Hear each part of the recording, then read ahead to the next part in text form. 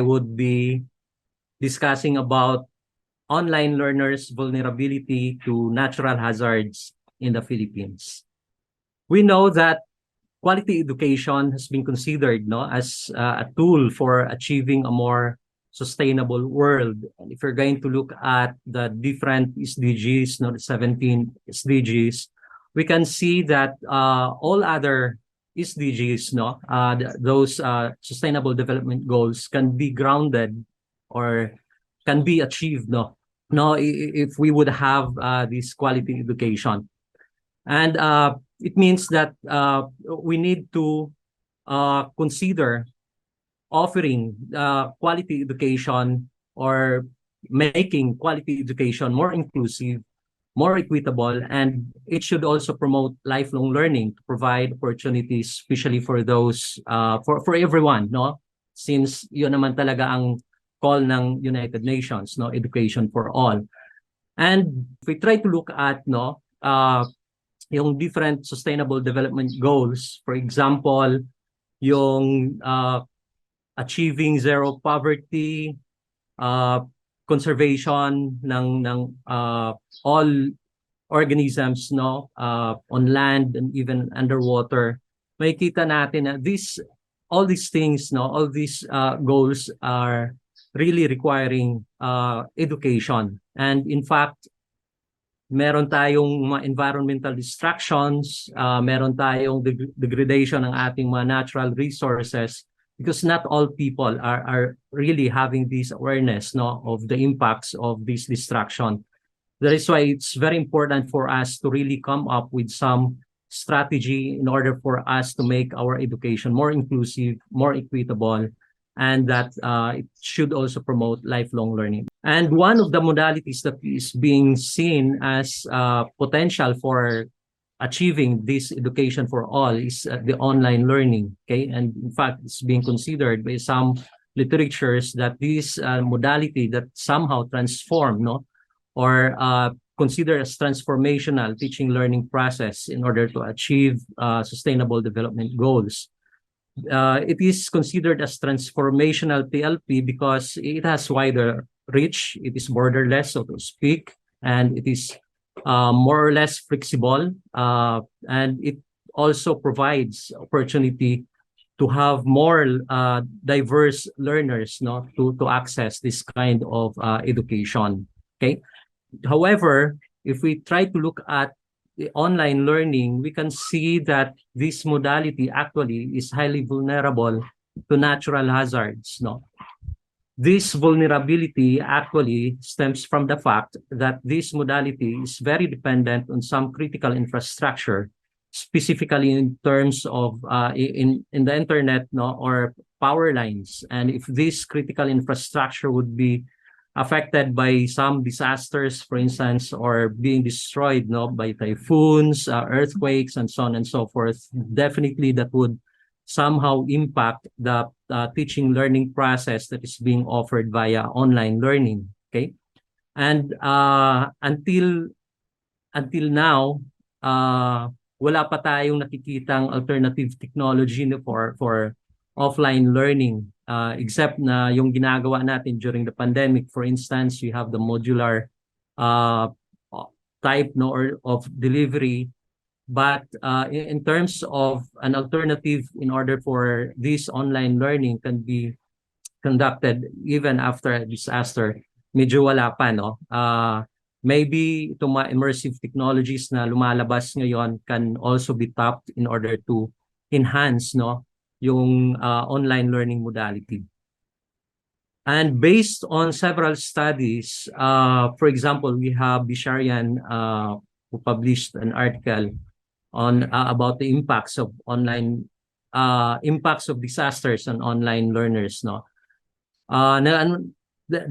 This paper suggested or reported that online learners have fallen behind on schoolwork because of power outages and unstable internet connections. So ganun ka vulnerable yung online learning, and it would have some impacts on our online learners. Well, Raven, in 2020 also reported that power outages due to disasters during online education had marginalized the underprivileged learners. Okay?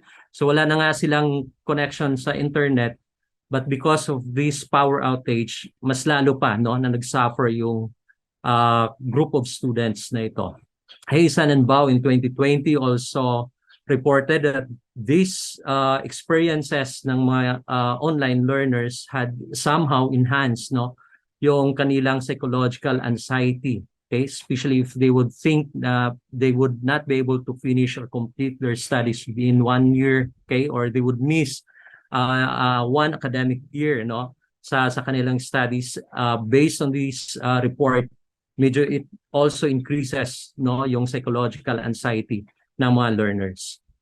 So because of these reports and because of this different empirical information, there is now a need to really make online learning or education through the online learning modality, make it more resilient to disasters, no?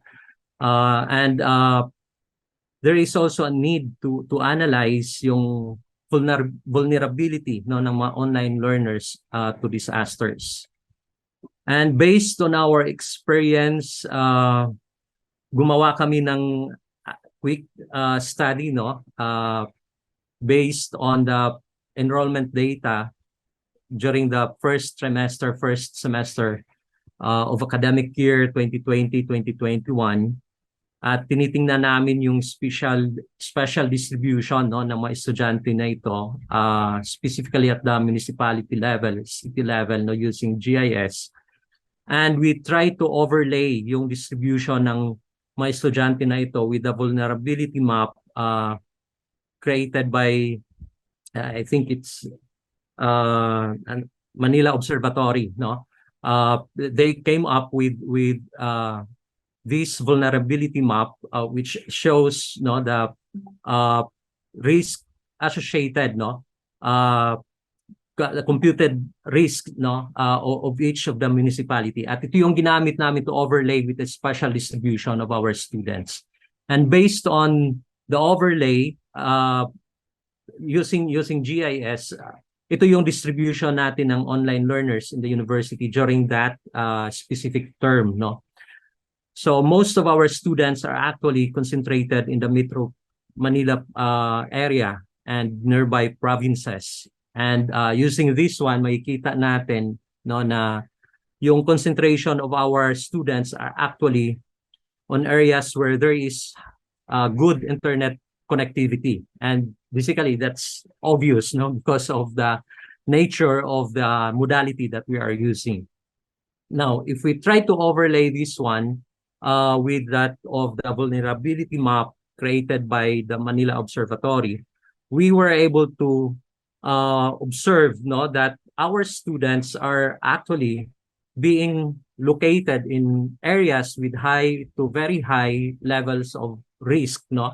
And based on that total number of enrollment, we have about 80% of that population, student population, are being located no in these areas in terms of risk to rainfall change. At alam naman natin no tong Metro Manila and nearby provinces, Bulacan for instance, kunting ulan lang nandoon na kaagad yung flood no. And yung flood kasi would somehow impact no the mobility of our students no, especially those students who don't have access to the internet at their homes. They need to go to some internet cafes.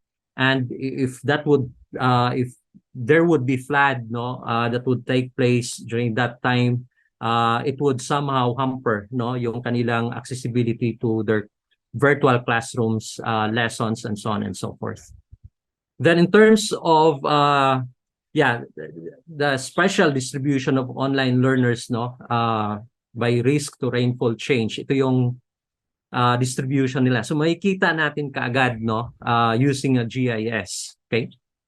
Now in terms of risk to typhoons, again based on the overlay that we did, again we can see that about 87% of that population of our students are also located in areas with high to very high levels of risk no to typhoons. And again, based on our experience, makikita natin no, how typhoons would impact these different critical infrastructure that support our online learning modality. Okay, so if these infrastructures would be destroyed, then again, nandoon na naman yung epekto nila no doon sa pag-access ng mga estudyante sa kanilang virtual classroom, sa lessons, and so on and so forth. And in fact, in our recent experience, no, yung recent typhoon, for instance, even before the typhoon arrived no doon sa kanilang area, kasi nandun sila sa pathway ng typhoon, marami na mga estudyante nag-request no for extension of deadlines, change of schedule ng kanilang examinations, and so on and so forth. Okay.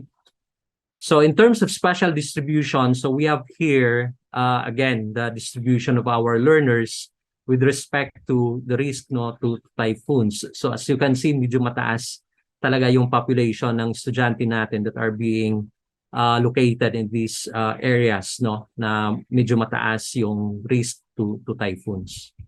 Now in terms of risk to earthquakes, same thing, the same observation.